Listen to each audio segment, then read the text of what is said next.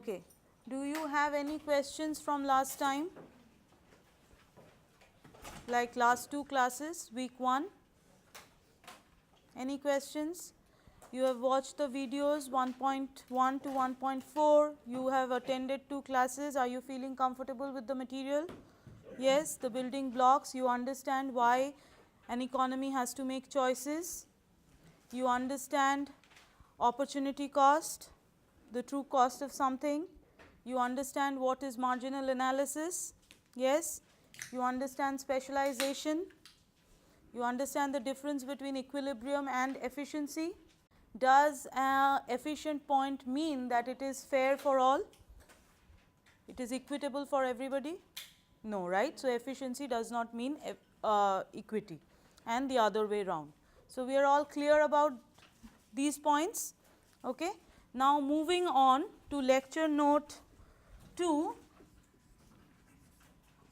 and these are your videos on demand and supply, which you may have watched. If you have not watched all of them yet, you still have time. Please try and watch everything by Friday. Okay. This is about demand and supply.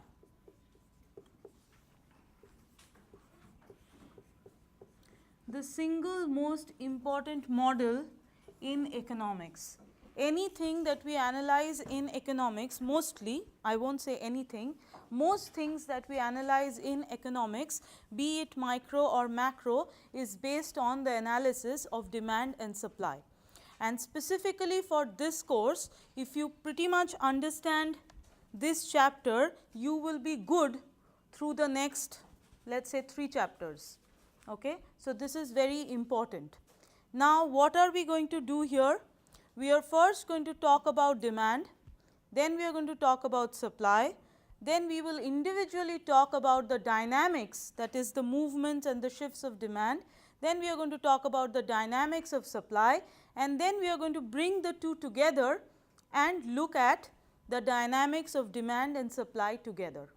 Okay. That is exactly what we are going to do in this chapter. We will start today and hopefully we will be done by Thursday. So, starting with demand,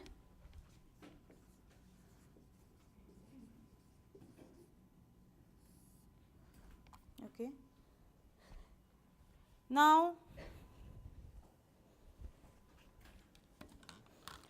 quantity demanded, when we have a commodity and the buyers demand a certain quantity of that commodity, that depends on certain factors. Okay. The quantity demanded for a commodity depends on certain factors. Now, these factors can be broadly divided into 2 groups. So, let us say I am calling this quantity demanded and I am calling it QD, that is quantity demanded. So, the quantity demanded for any commodity depends on certain factors, and I can divide these factors into 2 categories, that is price. Okay. And when I say price, please remember, here I am talking about the price of the commodity in question, specifically the price of the commodity in question. So, if I am talking about ice cream, I am talking about the price of ice cream. If I am talking about peanut butter, it is the price of peanut butter. Okay. And very important for you to remember, because later we are going to talk about price of some other commodities also in the same context, but here we are just talking about price. So, to distinguish, we will say this is the own price of the commodity. That means, it is the price of the commodity in question. And then you have some non-price factors.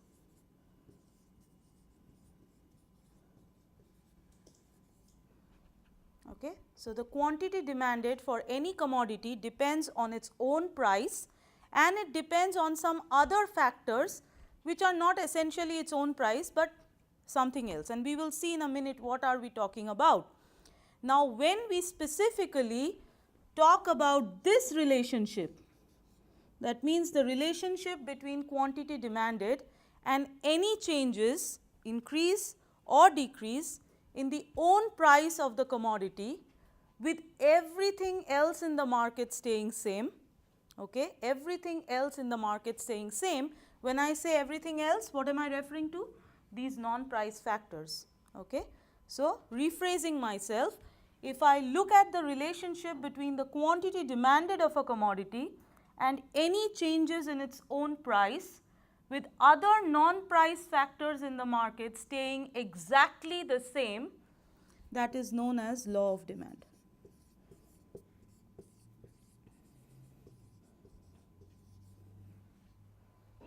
That means, what am I trying to say? Law of demand has nothing to do with the non-price factors in the market.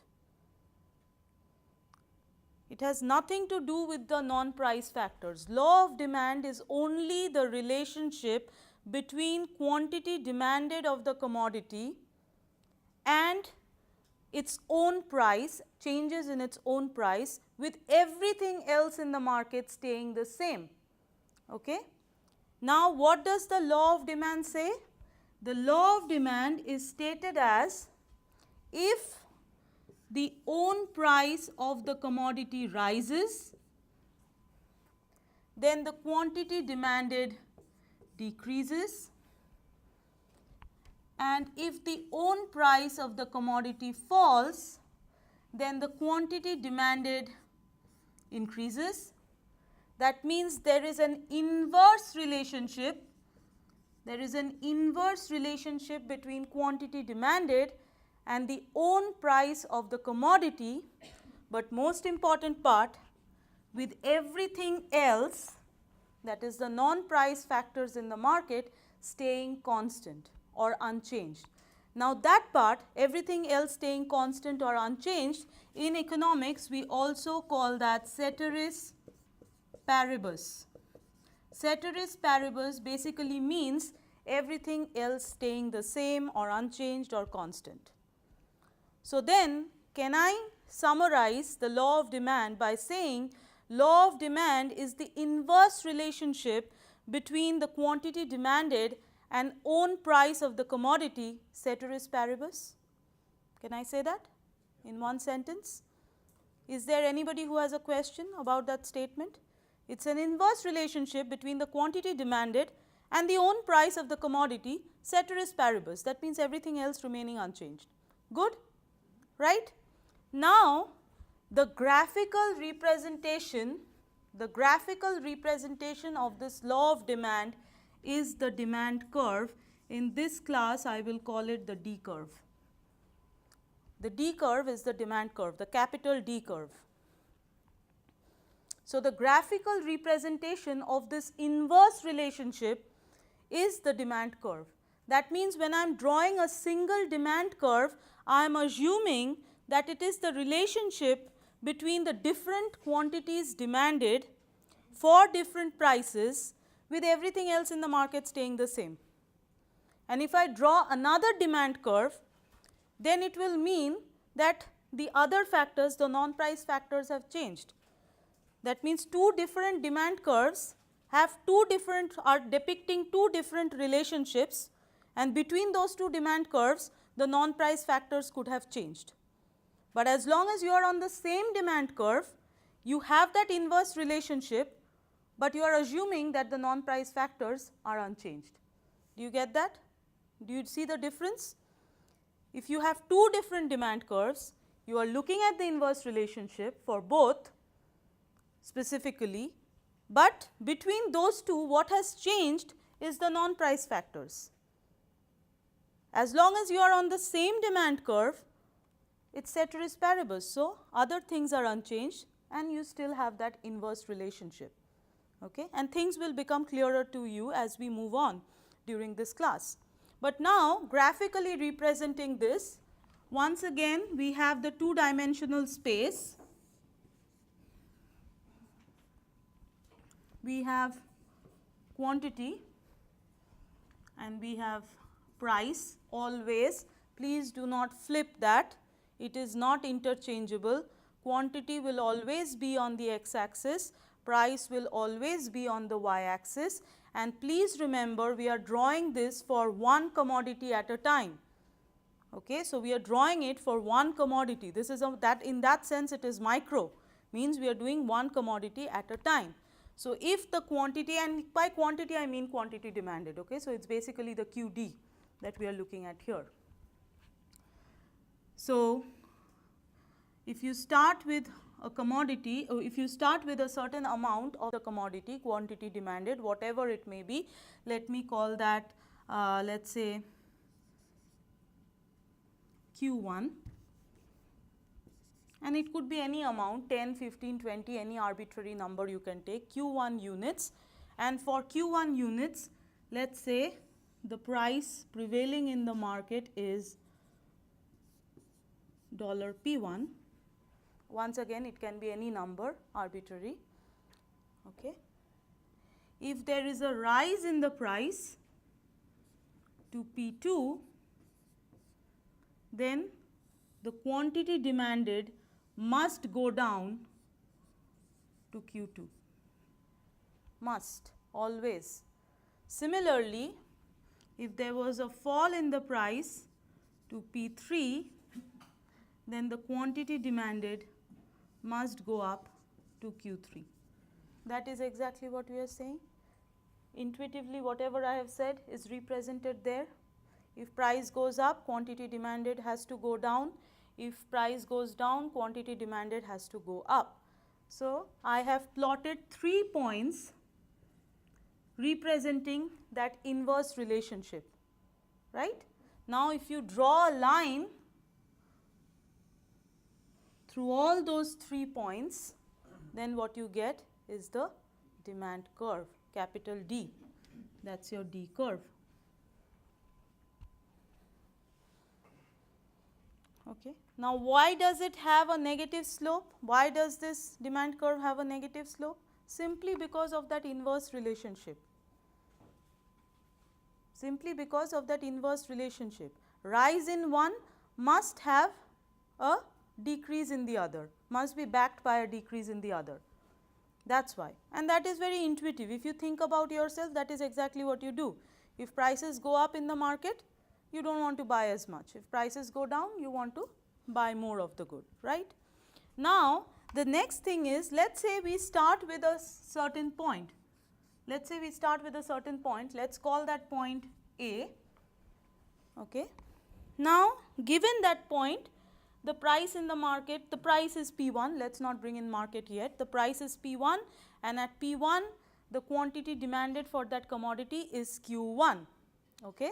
Now, if price goes up to P2, how do we know that quantity demanded comes down to Q2? We have drawn the curve, we just drew a line, but now what lies behind it? What is the mechanism, okay, that leads to the movement from Q1 to Q2? We are looking at the mechanism now. So, price has gone up from P1 to P2.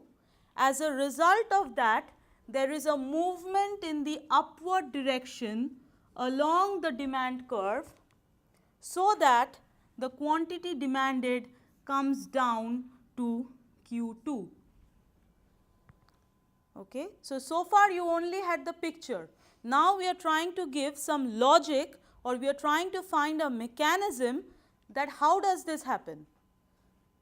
Okay. There is a movement in the upward direction along the same demand curve, so that the quantity demanded decreases to Q2. Similarly, if the price went down to P3, then there would be a movement in the downward direction along the same demand curve, so that you have another point on the same demand curve C, corresponding to which your quantity demanded increases to Q3. That means each time when I say there is a movement in the upward direction or a movement in the downward direction along the same demand curve, the word to be highlighted there is the same demand curve. It is the same demand curve, means each time I am saying that it is just the relationship between these two with everything else staying the same. That is why it is the same demand curve. Nothing else in the market is changing. You just have a dynamic price, and as a result of a dynamic price, what happens to quantity demanded? Okay. Question? Okay. Now, the most important part, which kind of differentiates a layman from an economist. When we began the class, when some of you walked into the class, I was hearing people talking about stuff lecture notes and videos and stuff, and each one said, oh, law of demand, somebody was saying law of demand, when price goes up, demand decreases, when price goes down, demand increases. That's wrong. Why is it wrong? Because if price goes up, it is the quantity demanded that goes down. When I say change in demand, I refer to a change in the demand curve. Okay? So, it is not a change in demand, because you are still on the same demand curve.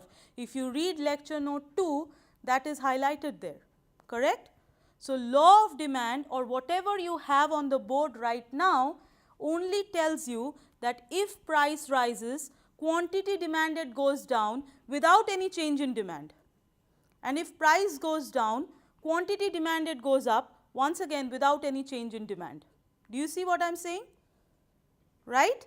So, that means whenever you have a movement, and please have this printed, you should not forget this. Whenever you have a movement, that movement has been driven by nothing else by own price. Nothing else can cause a movement except the own price of a good. Nothing else. And as long as it is a movement, it is referred to as change in quantity demanded. It is not a change in demand. It is a change in quantity demanded, which is not the same as change in demand. It does not imply a change in demand.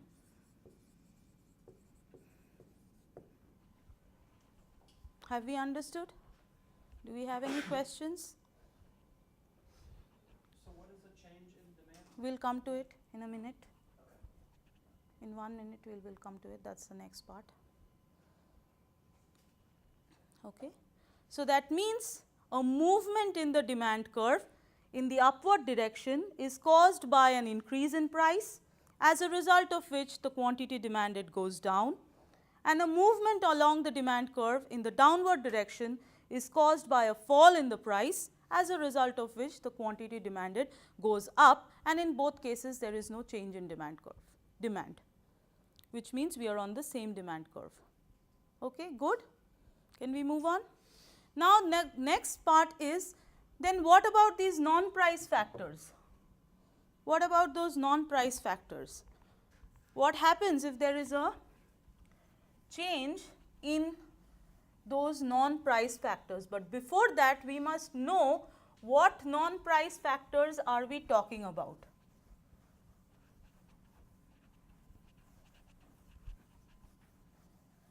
Now, this is for this class, okay, and this class alone.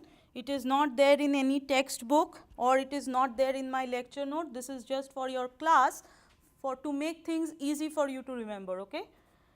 So, if you go outside and somebody asks you what are the non-price factors for changing demand, please don't say okay, the non-price factors are tribe. It doesn't mean anything. I am just giving you this word to make it easy for you to remember. What do I mean by tribe? T stands for tastes. Whose taste are we talking about? Since we are on the demand side, who demands?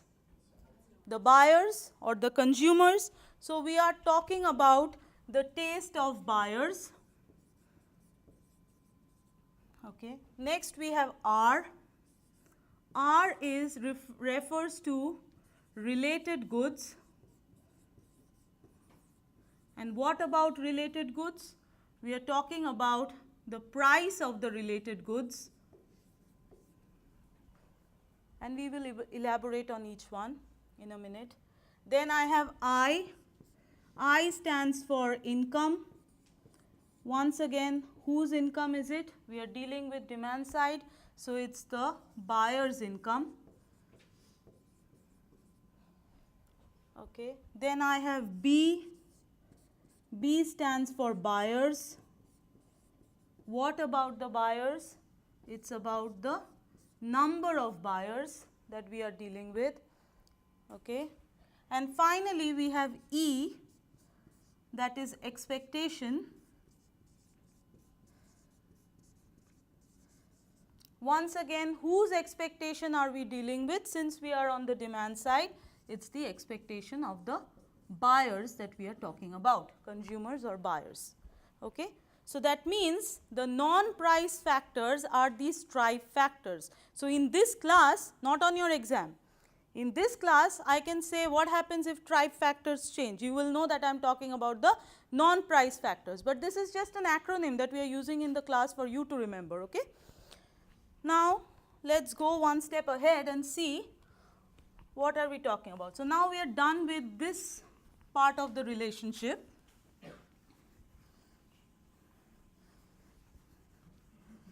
So next part of the relationship is we are looking at the change in quantity demanded due to any change in these strive factors, and while we do that we are going to assume that there is no change in anything else in the market. So what is left in the market? It's the own price, right? So when we are looking at the relationship between change in the non-price factors with the quantity demanded of the commodity, we assume everything else in the market remains constant, and what is that everything else? It's the own price, right? Do you follow what I am saying? Just the same thing. Now we are assuming that price remains unchanged, whereas there is a change in one of those non-price factors, correct? Now what we get as a result of this is a new demand curve. It's no longer the same demand curve. It's a new demand curve, or in other words, there is a shift in demand. Please note, now I am writing it's a shift in demand rather than quantity demanded.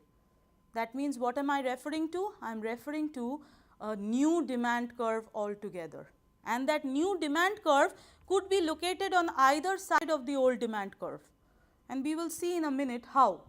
It could be to the right or the left of the old demand curve. We will see when it is on the right and when it is on the left. Okay?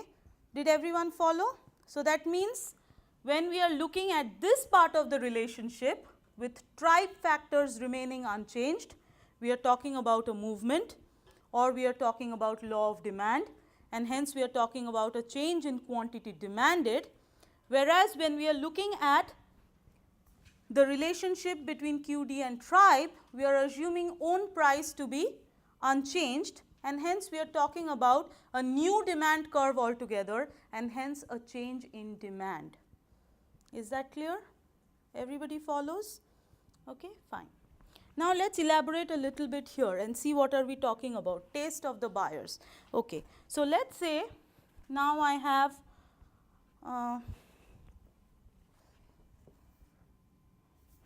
let's get this off.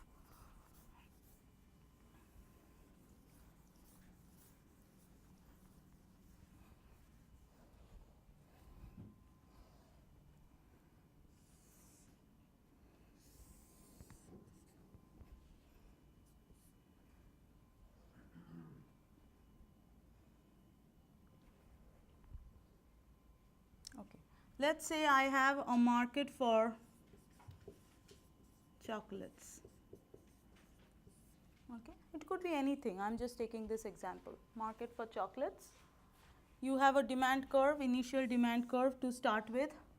Let's call that D. You have a certain price for chocolates. Let's call that P1. When you have that price, the quantity demanded at that price is Q1. Okay. Now suddenly there is an awareness campaign being run on newspapers, where doctors are advertising, physicians are advertising that eating chocolates is going to cause cardiological diseases. Okay. You are going to have heart diseases by eating chocolates, and they are publishing a lot of research, a lot of materials on that in the leading newspapers, on TV. Okay. What will happen as a result of that? People, the taste or the preference of most consumers will change. People will see those campaigns, and in their psyche now they do not want to have chocolates. Many people, many consumers will think that way, because now they are being told that if you eat chocolates, it is injurious to your health. It is going to harm you, right? Has anything happened to the price of chocolates yet? Has anything happened? Nothing has happened to the price of chocolates in step 1. So far nothing has happened. So, given the same price of chocolates, when I put that bar, it means constant price. I am holding that constant. Putting a bar above everything means it is unchanged. Okay? So, holding that price as constant just due to the change in the preference and the taste of the people, now at every single price, people will now start demanding less chocolates, so that now you have a new demand curve D dash. Please note that D and D dash are two different demand curves. They are not the same demand curve. When I say they are two different demand curves, I am trying to say that there must have been some change in one of those factors to have caused that. And please note that the new demand curve D dash lies to the left of the old demand curve D, because there has been a decrease in the demand. Had there been an increase in the demand, if somebody would have said, if it was advertised that chocolate is great, it is great for skin and hair, and you are going to avoid heart diseases by eating chocolates, then the taste would have changed in a positive way. More and more people would have started eating chocolates, and initially without any change in the price of chocolates, people would have started preferring chocolates, and in that case the demand curve, instead of moving towards the left, the demand curve would have moved towards the right to something like D double dash. Okay. But please note, what is important here is that the price would have remained constant initially, right, and whether the demand curve moves to the left or to the right, that would have determined whether the quantity would have gone down or the quantity would have gone up. Do you see that? And do you understand the difference between the movement and the shift? Can you just compare between those two diagrams? In both cases, your quantity demanded has gone up or down, but the mechanism is different. There it was a movement which was driven by a change in this axis. Here it is a shift with no change in this axis, but something else which you are not able to see in the diagram, because we do not have a third axis. It is not a 3-dimensional diagram, so we cannot plot what has changed. Do you see what I am saying? Is everyone clear? So, can we summarize, can we just take away 2 points from here and say, based on this, that whenever something changes such that there is an increase in demand, demand goes up, then that causes a right shift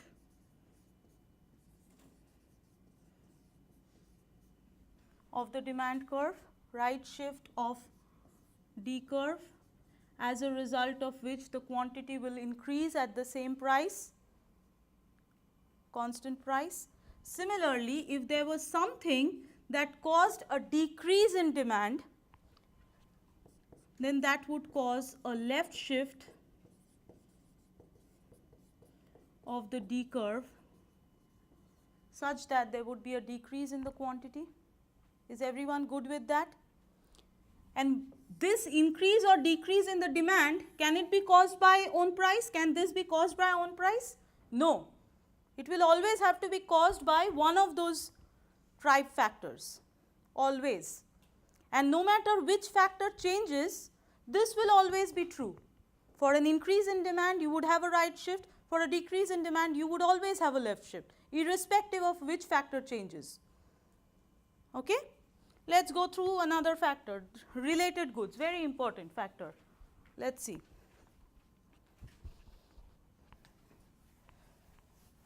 So, let this box be there, because that will be true for anything.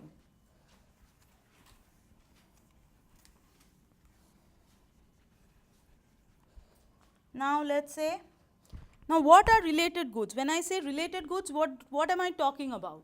For related goods, there are two kinds of related goods. Related goods could be Can you all see if I write here? Not really? Okay, let's put it here. Related goods are two kinds. One, substitutes, and the other, complements. Okay. Substitutes, what are substitutes? As the name suggests, alternatives to each other, that's a substitute. Okay. Pen and pencil, substitutes for writing, correct? Whiteboard or blackboard, substitutes for displaying in the classroom.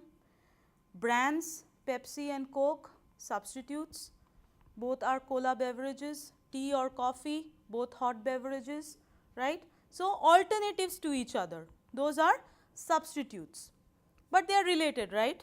You always have to choose A versus B, and then a consumer may have a preference for either, but for many consumers they will be indifferent between the two. So, for most consumers it is a choice. When you consider these goods, it is a choice between A or B, but there may be some consumers. That is why economics is interesting, because you can always have pathological cases, okay? You can always have exceptional cases. Here we are not dealing with those pathological or exceptional cases. I may be a person who has a strict preference for coffee. I do not drink tea at all.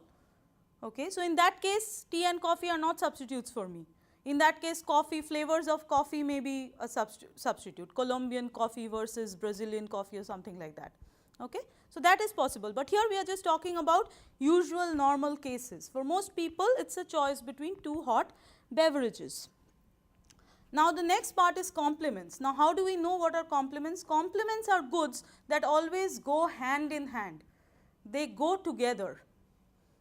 Okay. Now, this is very important for you to understand. Often when we will go on the supply side, we will talk about one factor, and I just want to mention that factor because often you get confused about that. On the supply side, we have a factor which is called input or ingredient, and often you will be confused between complements and ingredients. Why? Because ingredients are on the supply side. So, you have to think from supply side when you think about ingredients. When you think about complements, you will have to think from the demand side. So, unless you understand the difference between complements and ingredients or inputs, you will not be able to get the answer right, because you will be kind of confused that which side have I got to deal with.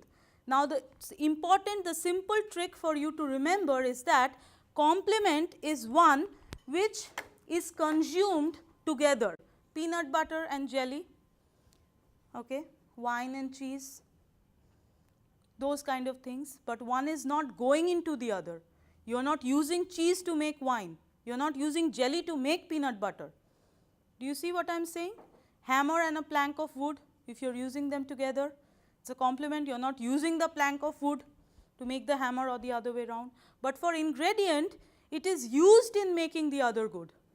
Sugar and soft drink, soda, sugar is going into soda to make it, right. When you drink soda, a bottle of soda, you do not eat a fistful of sugar with that.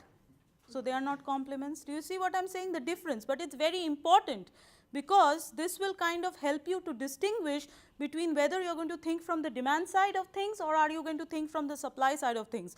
When we discuss questions next week on demand and supply, you will see how this makes a difference, how understanding which factor we are dealing with will kind of set the first step for you.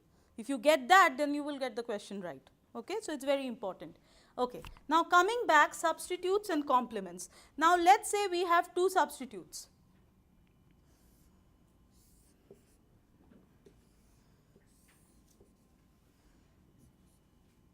We have Pepsi and we have Coke. So, for most peoples they are substitute for most people. Okay. Now, I have an initial demand curve for Pepsi and I have an initial demand curve for Coke.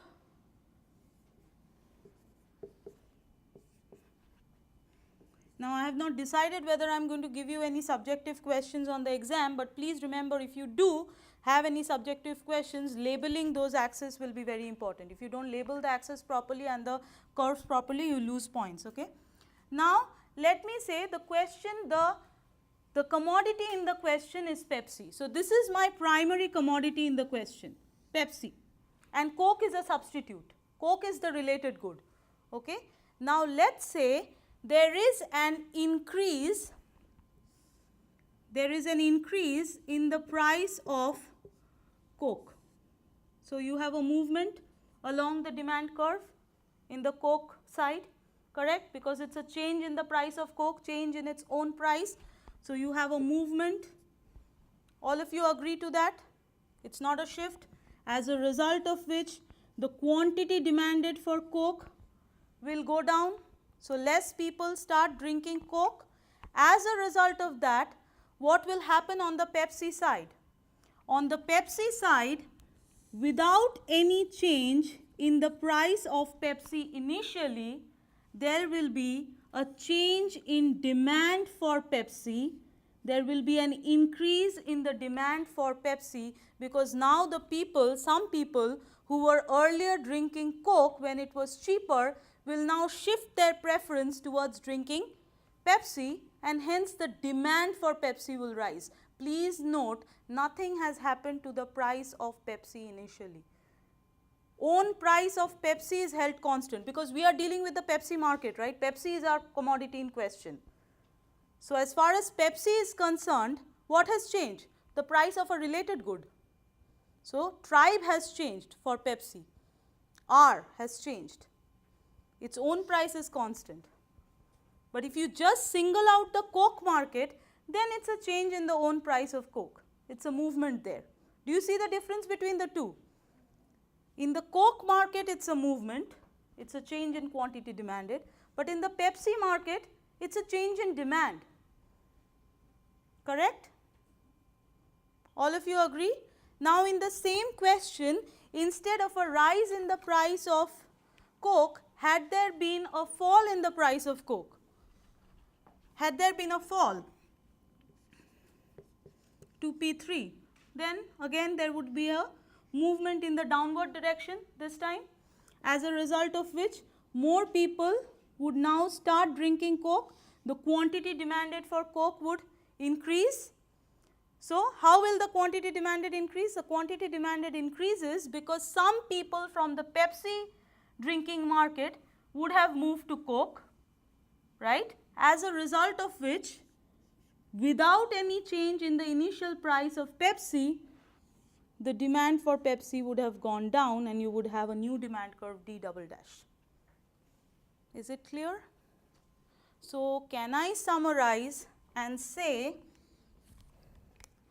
that an increase in the price of the substitute, now see why I was writing own price, because now we are dealing with price of related goods, right. So, if there is an increase in the price of the related good, that leads to an increase in the demand for the good in question, that is a right shift.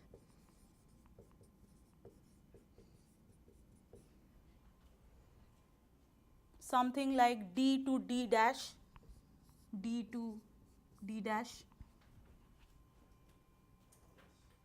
right.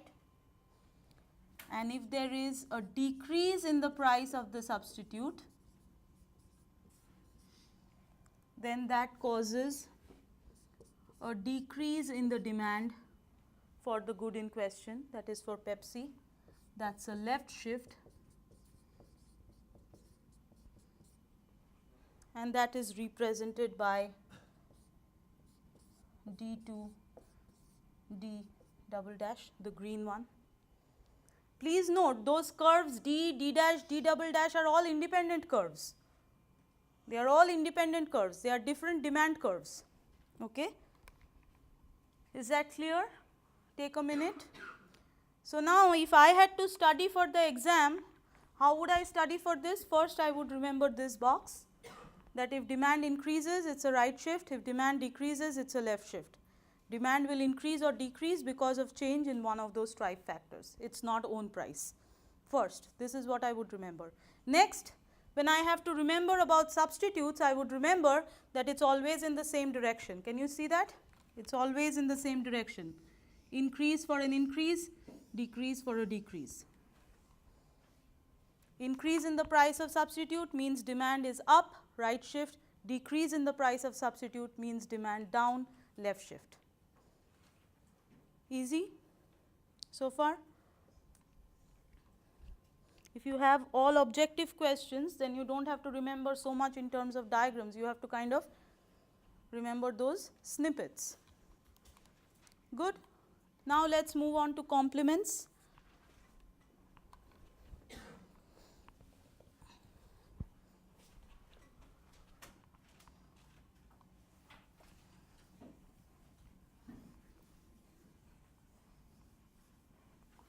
Now once again I am giving you the example of normal people. I mean, I shouldn't say normal, but usual people. Okay, we are not dealing with exceptional cases. Let us still deal with Pepsi. Let's bring in a complement for Pepsi, a complement good for Pepsi. Let's say pizza. So I eat pizza and I drink Pepsi with that. Okay, Pepsi does not go into making pizza, so it's not an ingredient, but they go hand in hand for many people. When you order pizza, you order some kind of soda with it. So let's say that is Pepsi.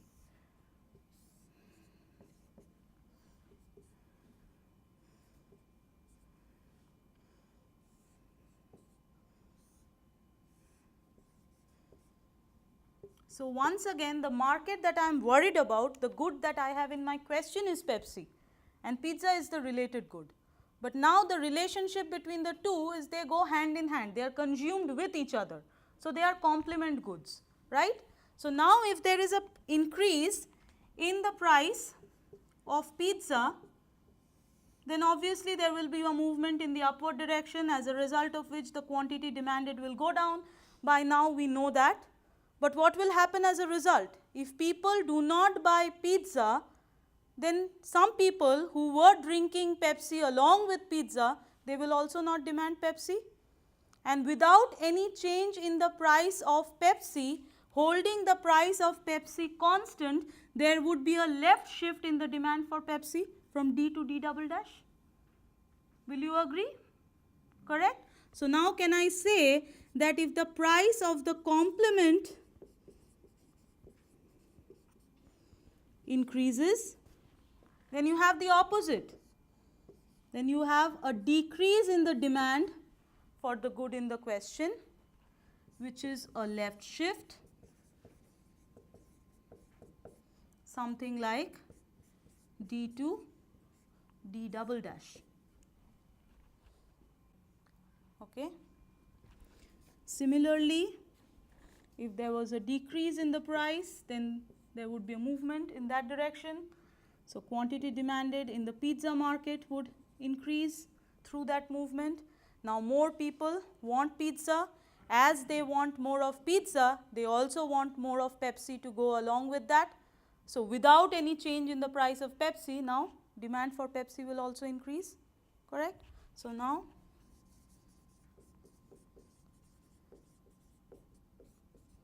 if that goes down, then the other would go up.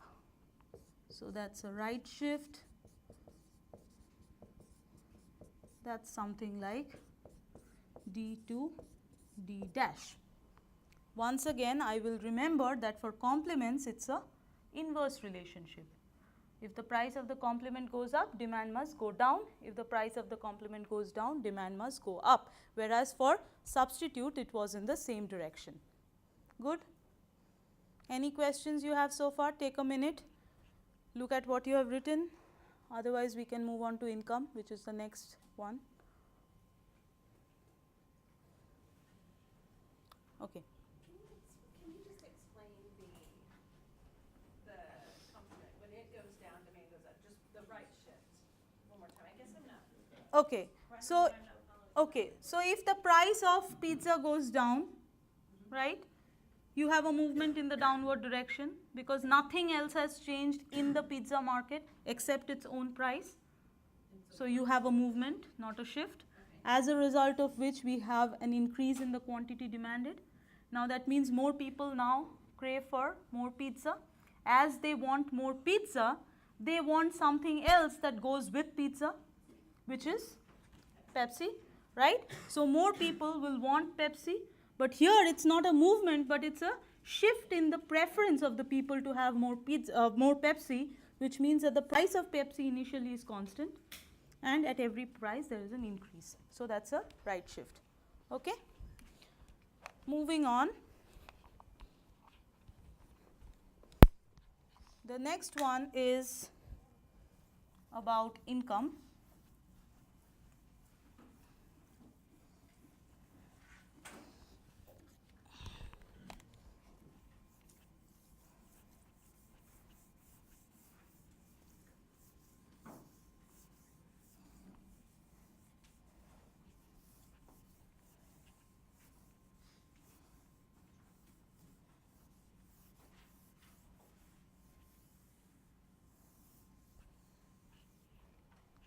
Okay, now what happens with income? Let's start with an example. So let's say I come from India to USA in fall 2009. Okay, no income whatsoever, zero income in USA because graduate school is not paying for stipend before September. Okay, so the first paycheck will come in September and I have landed in July. In August there is no car. Why? Because there is zero income. Now in September, first paycheck comes, October, second paycheck comes. From the next month, after paying for books and stuff, you start saving something. So by December, you have some positive savings and you get the first car. Okay, whatever, old car, new car, whatever, the first car. Then studying for 5 years, you have just that one car. Then you have a job. Suddenly there is a jump in income by more than 100%. Okay, from PhD stipend to a faculty job. Now I think that okay, I should have not just one car, I will just keep the old car for driving within the city, whereas for highway driving and when I want to go to a fancy party, I need another car. So I will buy another car. So now I have two new cars or two cars, let's say. Okay, and then let's say in 10 years my income jumps by some another 100%, let's say, and by then I have a kid. Okay, now I think that okay, in 10 years my income has gone up and I need another car, so I will buy another car. So what am I doing? Every time income gets added, you are demanding more of the same commodity, isn't it? And that will be true for most of us. If you cannot afford, you will do with 2 pairs of jeans and 2 shirts. If you have more income, you need a black jeans, you need a blue jeans, you need a faded one, you need so on and so forth, right? That happens to all of us. That means, can we safely say that whenever there is a rise in income, there is an increase in demand or there is a right shift and nothing has happened to the price of the good? Please note, without any change in the price of the good, even when the price of cars have not changed, just because I earn more and I feel richer, I have a preference of demanding more. Similarly, if I was earning less, then, okay, let me put it here. If I was earning less, then I would demand less, and that would be a left shift once again, and I am not drawing the diagrams here, but just like the previous one, it would be a left shift, because without any change in the price of the good in question, in my example cars, I just feel like buying less because I don't have money. Now this relationship will be true provided we are dealing with a good which is a normal good. And most goods that we see around ourselves are normal goods. So now we are kind of distinguishing between goods. When the good is normal, then for a normal good this relationship will hold. For a rise in income, it's a rise in demand. For a fall in income, it's a fall in demand. Now let's say the good is inferior instead of being normal. It's an inferior good. Classic example of inferior good in economics, microeconomics is ramen noodles. You're a poor graduate student, you're living on a stipend, you eat ramen noodles for dinner almost every day. Okay? When the income rises, there is no change in the price of ramen noodles, but you don't want more of ramen noodles because you consider that to be inferior. So now you want better food. So your demand for ramen noodle goes down. Although your income has gone up, you don't crave for ramen noodles. Do you see what I'm saying? Another example would be thrift store clothes. You don't have income, you have to buy clothes from thrift store. Your income increases, although there is no change in the price of those clothes from the thrift store, you would not go and buy there because you consider that to be inferior. Do you see? Used cars. For some people, they would consider that to be inferior. If your income rises, you do not go and start buying used cars just because you have more income. Your demand probably goes down because you consider that to be inferior. Is that good? So that means for inferior goods, we have the relationship in the opposite direction. That is, when your income goes up, your demand goes down, and if your income goes down, then you demand more of that. Now from your field, from your healthcare field, can you think about any example like that?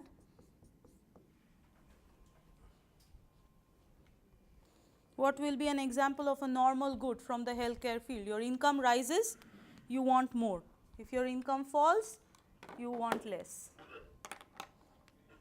Could you use branded drugs versus generic drugs? Very good, very good. For some people, they may consider the generic drugs to be inferior. So if I am a high income earner, I don't start going and buying more of the generic drugs. I rather buy branded ones. So my demand for generic drugs will go down because I consider generic to be inferior. That happens. How about a normal good? An example? Can you give an example?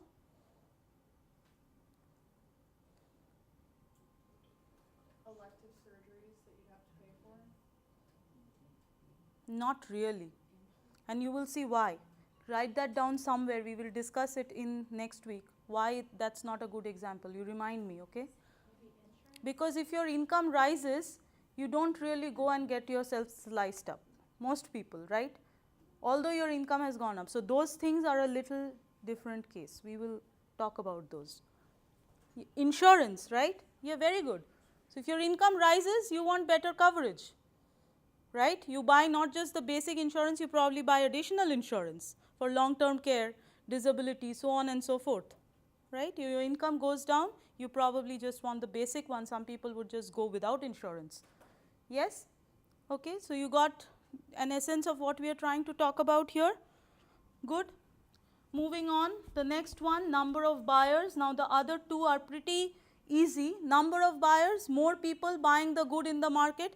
Without any change in the price of the good, there will be more demand in the market, correct? At the beginning of a semester, more students go to the bookstore to buy the textbook. Nothing has happened to the price of the textbook, but since there are more buyers, it's a higher demand. So it's a right shift. Similarly, mid-semester, people are not buying it. Not that the price has gone up or gone down, but now students have books, so there are less buyers, so less demand in the market. Okay, is that clear? Towards any, let's say Christmas, retail stores will have more people walking in, so there will be more demand for certain things, and there will be, when the festival season is over, you will probably have less demand. Now, during Christmas, is it possible for a movement? Is there possible for a movement along the demand curve during festival seasons? If yes, why? If no, why? Because there might be discounts. What are discounts? Discounts are fall in the price, fall in the own price of the commodity, right? It's not about the preference of the people. It's not about the number of buyers, but it is about the own price. If it's a discount, means the price of the commodity has been slashed. If the price of the commodity has been slashed, it is a movement downward along the same demand curve so that the quantity demanded rises. Do you see how you can have the same effect, but due to two different factors and two different mechanisms? Yes? Clear? Okay. The next one, expectations about of the buyers. Now, this is a little, you have to remember two things here. When we are talking about expectations,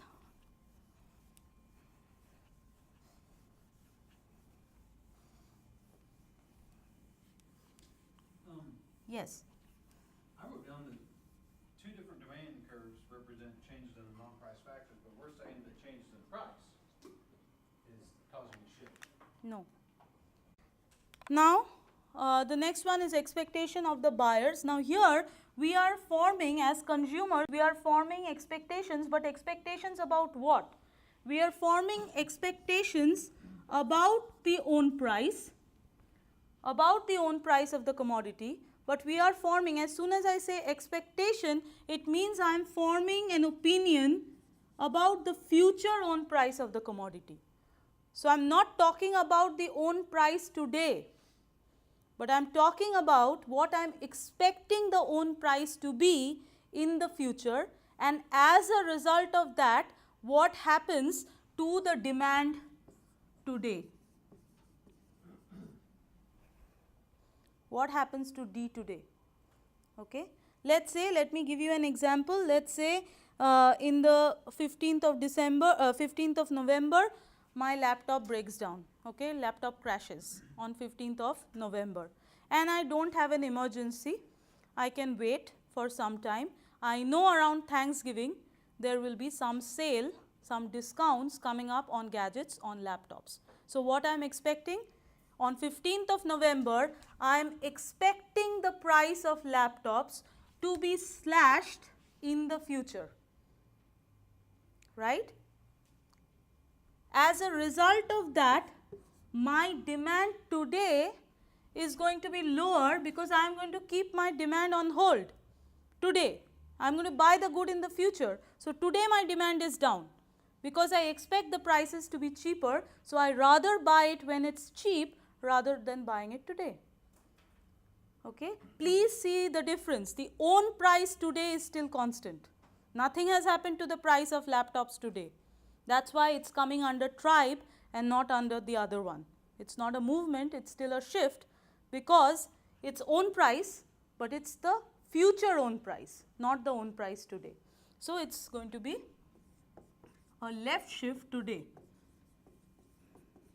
And these will become clear if you take a look at the diagrams that I have posted, supplement diagrams that I have posted on your in your lecture notes folder, right? Shift of demand, shift of supply. I have given you some diagrams from a textbook. If you take a look at that, this will be really clear to you. Similarly, if I expect the own price to rise in the future, then I know today that it is going to become more expensive. So, I rather buy it today rather than holding the purchase till future. So, my demand today is going to be higher. I rather buy it today. Unless it's a recurring charge.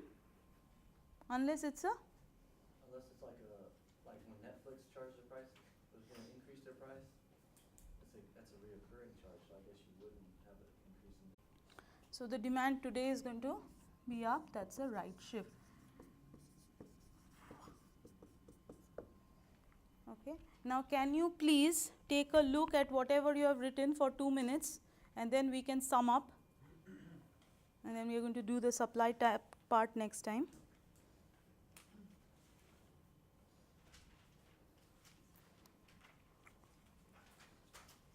So, now we are done with the buyer side of things from the consumer side.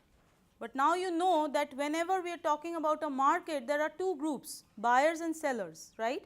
Now, we have the demand side worked out, but we cannot say anything about what happens in the market because we do not have the supply side worked out. So, next time we are going to look at the supply side of things, and remember all this because we are going to bring this together with the supply side and see what happens in the